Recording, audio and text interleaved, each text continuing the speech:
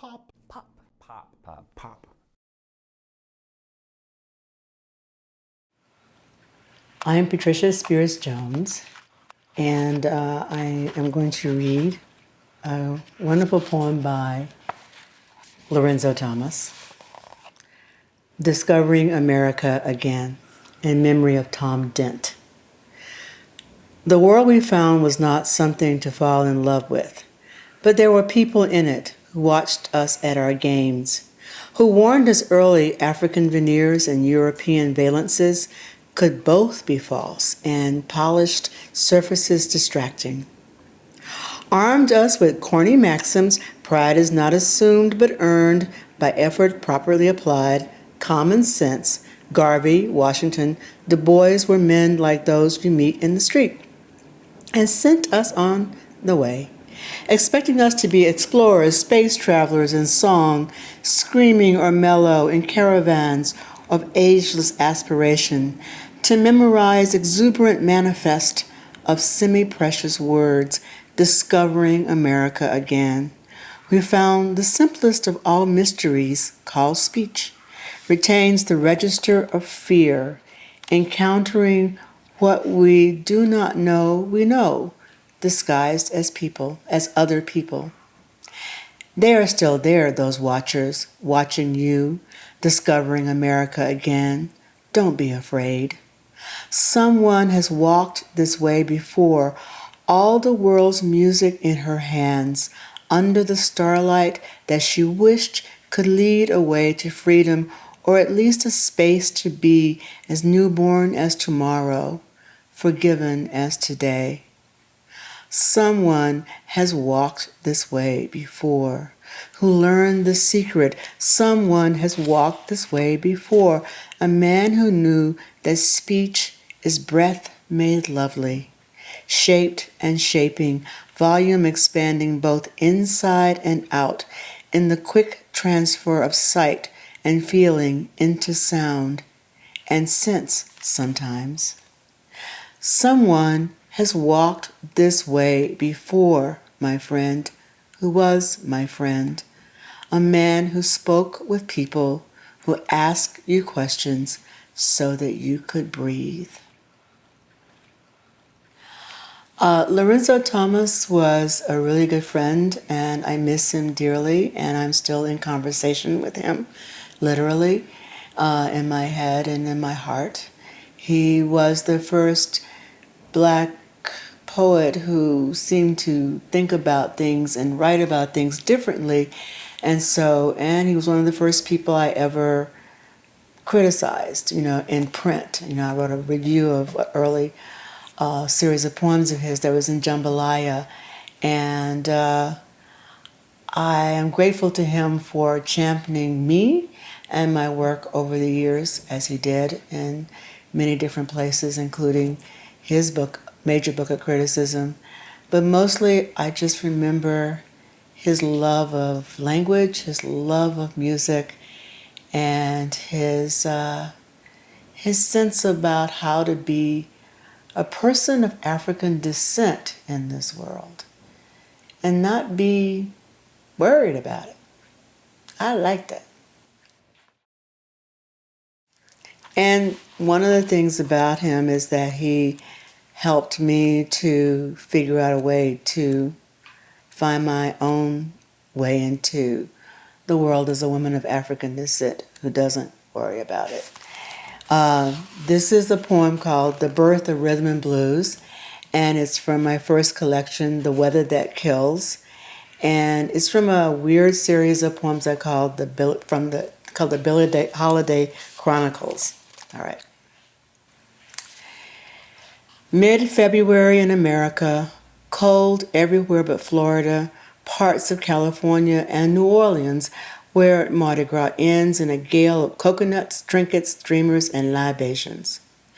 My daddy came back from the war, tall, slender, handsome, lonely in Korea, lonely in Arkansas, lonely enough to court my mother, tall, pretty, and tired of her drunken husband, their store going bankrupt, and the grimy reality of small-town daily life. A small town is gossip and errands, work and more work, Schools closed in spring, chopping cotton, in early fall, picking cotton, the death-defying lives of all black people, high yaller to coal black. A black woman's life is like double jeopardy. All you win are dreams for your children and the right amount of lies to make waking worthwhile. Call it sweet talk from a colored soldier back from the snows of Korea, back from the nasty jokes, the threats, the fights in this man's army, back to America, still alive. Mama is early in her 30s, promised so little and then hungry for a world larger than the screen door that slams early morning and the reeking breath of a man once handsome and friendly and too easy with money. His money, her time, he's beginning to die. Liver rotting away. He passes blood and thinks of a knife fight, some juke joint, when a Louis Jordan song blasted off the jukebox. So fast that song, and funny too. Everybody shaking, pelvic shaking, but then a man's mouth open, then another, and then slash high cheekbones and graveyard eyes. Some niggas don't know where to shut up. A red light bulb shivers like sunset before a harvest moon. My mother's husband singes the pain with whiskey. You go back. My mother's husband singes the pain with whiskey. It burns the lining of his stomach, starts the ulcer, precipitates the cancer. My mother's stomach grows and grows. New moon, new hope. My mother sings her own songs, humming songs, something low into the earth where the hurting stops and healing begins. That point where Billy hit bottom and found the start of a global nightmare. Every walking man wounded again and again, pierced in eye, belly, tongue, penis, anus, shoulder, foot. All the walking men bleeding and bleeding into music's deep well, quenching her joy, clotting her dreams, following her swaying hips, screaming, gimme, gimme, gimme. Billy's at the corner where the dope man slinks, willow in a Harlem breeze. She's strung out again.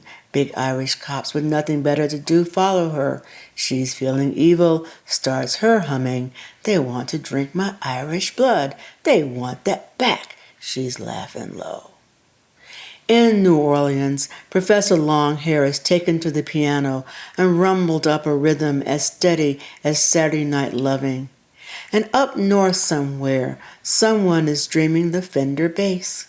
While across Texas, black men in shiny tuxedos, cotton shirts sticking to their skinny torsos, rise and fall to the beat, the backbeat, a faster shuffle, a wilder vamp. The beboppers are intellectual, you know, and fast too, and everyone gets into the aviary act. Flamingos, Orioles, rocking, just waiting to grind you home. Was it the teasing power of Big Boy Crudup, or Ruth Brown's haughty insinuations, or the crazy men in Macon with their too tight suit pants and dicks as long as legend permits? Was it Aretha in the womb listening to Mahalia crooning and Otis tossing footballs as the marching bands practiced across the wide fields of the 50s South? Was it ever so easy to make a voice that seduced and soothed as much as Etta James's, who was as pretty as Billy and soon strung out too? What made these people, Southern, mostly black, absolutely churn up rhythms rich as currents in the Atlantic? Was it Billy standing in that pool of ugly light, fair skin wrinkling, desperate for the ease of a needle? Was it ever as sad as this? Not even the grave yet. 8 more years before the coffins fit to surround her, and the men like hellcats cursing the click of her expensive heels. Soft stone in her pocket, rhinestones in her earlobes. The dope man's leash shorter and shorter each time she begged for more. Billy shivers in her skin, going slack, joking the dope down. Her face maps the bitter terrain from pain and back again. While each door that opens for her closes, but now, this moment, the door opens, a crack where the light bleeds in, stays on her merciless. On the lonely roads of Arkansas, Mississippi, Tennessee, and Texas, skinny men in too tight pants shook out the blues. And up in Chicago, someone with a harmonica wailed and wailed, I want you, I want you, I want you. And out of all the stars that fell on Alabama, Little Richard flipped out his melodrama and made this scream, his pomaded hair flinging greasy love to the adoring girls giggling in the background, while the men fingered each one of them. Was it the first rape or the last smooth flight? Wailing like the caped saxophone players and the gut bucket guitarists, like the women with big in front of their names, Mama, Maybelle, Relentless, somewhere before the spotlight lengthened to include so many, so beautiful, so always rocking, rocking, rocking, till the break of dawn. Was it ever easy, this motion of blood and mucus and dream, firstborn and angry at the given world, a noble operation for Caesar used for a poor black woman, already wanting to break this wall as hand clap breaks a forest silence, uterine wall collapsing, so they cut my mother's belly and dragged me out, wailing too.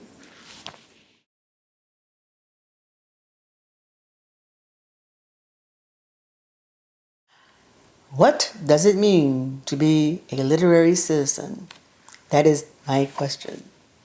I don't know what it means to be a literary citizen. I know what it means to be literary, kinda, and I know what it means to be a citizen. So I think whoever asked this question wanted a poet to think about how to bring a different way of talking about the political world, the world that has to do with how we work together in harmony or disharmony, and bring some of our poetry moxie into the thing. I hope that's what it means. As someone who is very, very interested in being a good citizen and caring deeply about how to make this country and the rest of the world work for human beings and plants and animals, etc., I would hope that as literary beings we can be good citizens. But I'm not sure if there is such a thing as a literary citizen.